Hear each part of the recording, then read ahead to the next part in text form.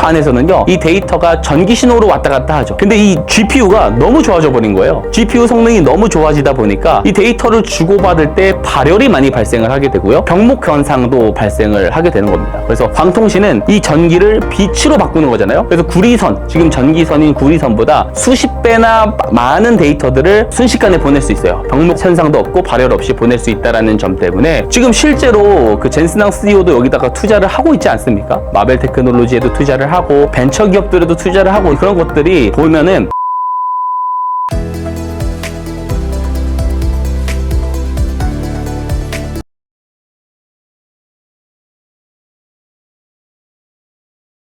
SK하이닉스도 190만 닉스 전망이 나오는데 어떻게 보시나요? 최근에 삼성전자보다도 더 좋은 흐름을 보이고 있는 게 현재 하이닉스죠. 하이닉스가 왜 더 기대를 받냐면 삼성전자가 어닝 서프라이즈를 냈기 때문에 그래요. 야, 삼성전자도 40조를 낼 줄 알았는데 57조를 내네? 야, 그럼 하이닉스는 얼마나 대단할까? 왜 그러냐면 이 하이닉스는 전체 매출에서 차지하고 있는 HBM이나 고부가 D램에 대한 이 비중이 훨씬 높잖아요. 그죠? 그러다 보니까 이 D램 가격이 상승을 하게 되면은 마진이 개선되는 이 폭이 삼성전자보다 하이닉스가 훨씬 더 높습니다. 그러다 보니까 3전의 실적이 잘 나왔으니까 하이닉스는 더 잘 나오겠네라고 기대가 나오는 거죠. 지금 거의 1분기 40조가 나올 거라고 보는데 그 이상이 나올 수도 있는 거예요. 그래서 23일에 실적 발표가 앞두어 있기 때문에 3전은 이미 이런 실적에 대한 것들을 확인을 했지만 기대감이 사라진 거고, SK하이닉스에 대한 기대감이 있는 거니까 상대적으로 더 강세를 보이는 거죠. 삼성이 그리고 이제 HBM3 이 12단에 대해서도 홍보를 한다 하더라도 엔비디아와 굉장히 끈끈한 건 사실 하이닉스죠. 그리고 수율이 훨씬 더 좋습니다. 불량품을 안 내는 비중이 높은 게 이제 수율이라고 하는데요. 검증된 수율이 있어요. 지금 반도체는 이제 막 100개를 만들어가지고, 그죠? 그 중에 얼마만큼이 멀쩡하냐, 이게 이제 중요한데, 하이닉스는 이미 앞에서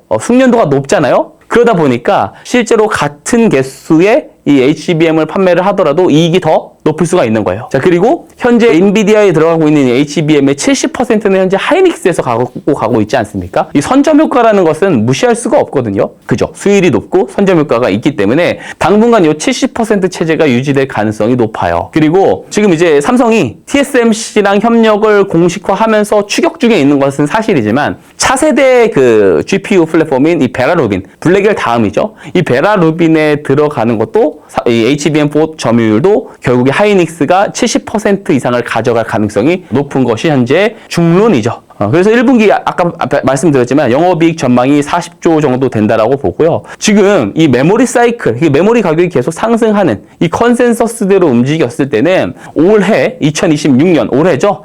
대신증권에서는 어떻게 보냐면 지금 삼성전자와 SK하이닉스 올해 영업이익을 총합해가지고 605조 원에 달할 거라는 전망을 내놓기도 합니다. 어마무시하죠. 하지만 마찬가지로 지나친 낙관적인 시나리오일 수 있다는 점을 여러분들이 꼭 생각을 해야 되고요. 하지만 저는 이게 뭐 삼성전자가 30만 전자를 가고 SK하이닉스가 190만 닉스를 가고 결국에 가는 방향이라고 봐요. 왜냐하면 산업의 사이즈가 커지면 메모리 수요는 계속 늘어납니다. 결국에 AI가 아직 본격화되지 않았다라고 저는 생각을 하거든요. 자, AI 산업이 더 커지려면 데이터 센터 더 지어야 되고요. 그럼 GPU가 더 많이 필요하고요. HBM이 더 많이 필요하겠죠. 그리고 막 우리가 생각하는 나중에 메타버스 세상이 온다라고 생각해도 결국에 현실과 구분이 안 갈 정도의 그래픽을 구현을 해야 되는데 GPU가 또 들어가요. 결국에 메모리는 장기적으로 우상향하는 구조가 만들어질 거라고 생각을 합니다. 그래서 시기에 문제지 뭐 결국에 하이닉스도 뭐 200만 원, 300만 원, 삼성전자도 30만 원, 40만 원 가는 방향은 맞는 것 같습니다. 다만 그것은 속도의 문제다. 그래서 이런 속도에 대한 그 부분들을 우리가 잘 가늠하기 위해서는 확률적인 사고를 해야 돼요. 확정적으로 이상론적인 이야기만 딱 우리가 꽂혀가지고 거기에 매몰돼가지고 그 해석과 반대되는 이야기는 싹 다 쳐내고 무시하고 그럴 게 아니고 계속해서 업데이트되는 내용들을 토대로 나의 전망치 이런 것들을 계속 수정해 나가는 작업이 필요하다라고 저는 생각을 합니다. 광통신주들이 강하게 오르다 최근에 하락하는 흐름이 나오는데 어떻게 보고 계신가요? 광통신 테마는 새로운 AI 뉴 인프라로 부각을 받았고 또 이제 전쟁 이슈 덕분에 그런 스토리가 강한 이미지 때문에 조금 수급 쏠림 수혜도 받았던 게 사실이죠. 원래 컴퓨터 안에서는요, 이 데이터가 전기 신호로 왔다 갔다 하죠. 근데 이 GPU가 너무 좋아져 버린 거예요. GPU 성능이 너무 좋아지다 보니까 이 데이터를 주고받을 때 발열이 많이 발생을 하게 되고요. 병목 현상도 발생을 하게 되는 겁니다. 그래서 광통신은 이 전기를 빛으로 바꾸는 거잖아요.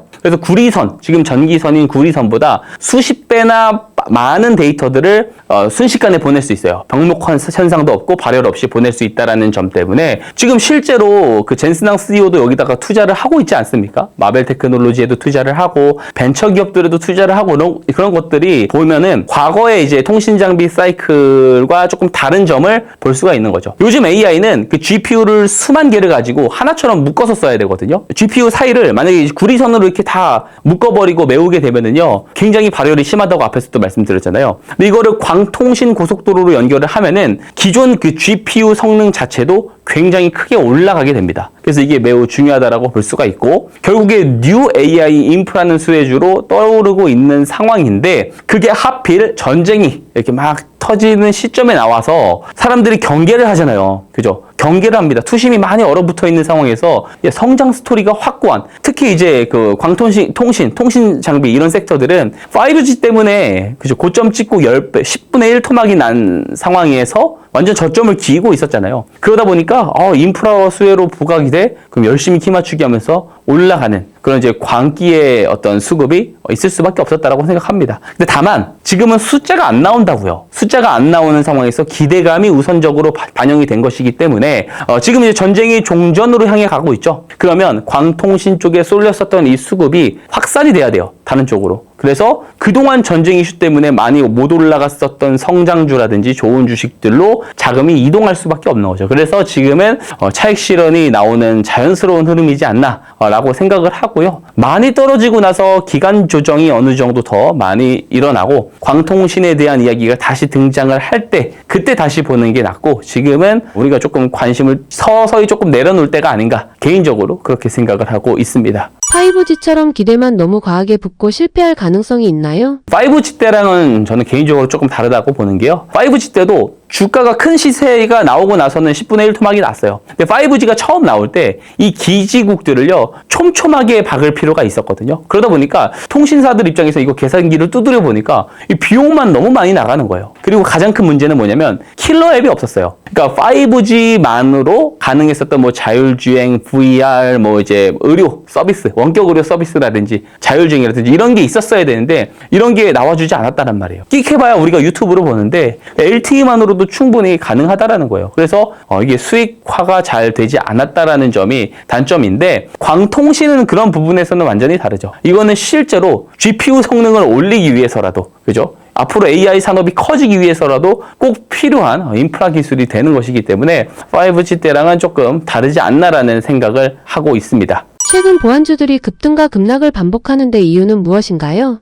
두 가지 이슈가 있었죠. 엔비디아에서 양자 컴퓨터 치명적인 그 오류가 있습니다. 그죠? 오류. 그죠? 오류를 해결을 할 수 있는, 오류를 축소해 줄 수 있는 자기네들의 AI 모델을 공개를 한 거예요. 두 번째는 엔트로픽 자사의 AI 모델인 그 미토스가 있습니다. 이 미토스가 세계에서 가장 보안이 강력하다고 하는 오픈 BSD죠. 이거에 대한 그 문제점, 결함을 찾아냈다라는 소식이 나오면서 사실 그러면서 보안이 올라간 거예요. 뭐냐면 무서운 창, 그러니까 해킹을 쉽게 할 수 있는 창을 상대방이 들고 있는 거예요. 그럼 나는 뭘 들고 있어야 돼요? 방패를 들어야 되잖아요. 그러다 보니까 보안주가 어제 굉장히 강했다라고 볼 수가 있는 건데, 근데 이게 사실상 따지고 보면 너무 먼 이야기라는 거예요. 그리고 이제 보안주들을 우리가 볼 때, 보안주들은 이제 뭐 광통신, 5G도 이번에 많이 올라갔지 않습니까? 근데 그러한 메가 상승 트렌드를 보안 쪽에서는 만들어내지 못하는 이유가 뭐냐면요, 기술의 진입 장벽이 너무 낮다라는 점이 있어요. 그러니까 최근에 통신사에서도 이제 보면은 개인정보 유출 사건이 많이 터졌잖아요. 근데 이것이 보안 기술이 부족해서가 아니고 나태함이 조금 컸거든요.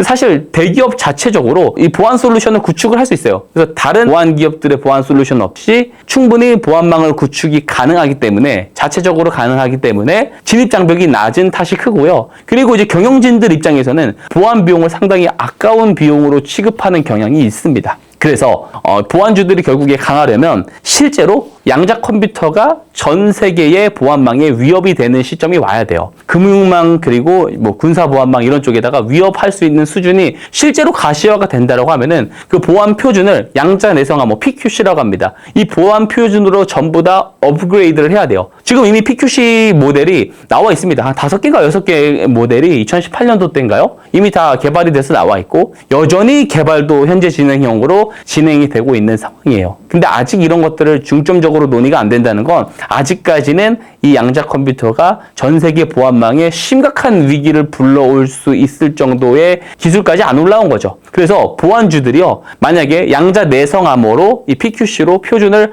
바꿔야 되는 시기가 왔을 때는 지금 전력 설비 기업들이 굉장히 이런 붐 사이클을 받듯이 그때는 보안 관련 종목들도 아마 빅 사이클이 나올 가능성이 있어요. 그때까지는 사실상 이런 테마성 흐름만 유지되고 빠지고 이슈가 나올 때 올라갔다 빠지고 이런 흐름들이 반복될 가능성이 매우 높다. 저는 그렇게 보고 있습니다. 향후 주목해볼 만한 업종은 어디를 보고 계신가요? 자, 국내 그 조선 빅3 기업도 올해 그 에너지 운반선을 앞세워서 수주가 굉장히 잘 나올 거다. 가시화가 된다라고 하죠. 그래서 조선주들이 그동안 좀 최근에 부진했거든요. 전쟁 터지기 전에 좀 올라가려다가 전쟁 터지면서 다시 눌리고 그래서 주가가 상대적으로 많이 눌려 있는 상황이라서 저도 충분히 이쪽도 좀 매력적이라고 생각을 하고요. 그리고 이제 방산 쪽으로 우리가 좀 장기적인 관점에서 좀 잘 봤으면 하는 게 물론 지금 종전 상황이 오고 이러면은 가격이 조금 추세적으로 빠질 가능성이 있거든요. 저는 오히려 그렇게 많이 빠져가지고 기간 조정이 옆으로 나오고 있을 때는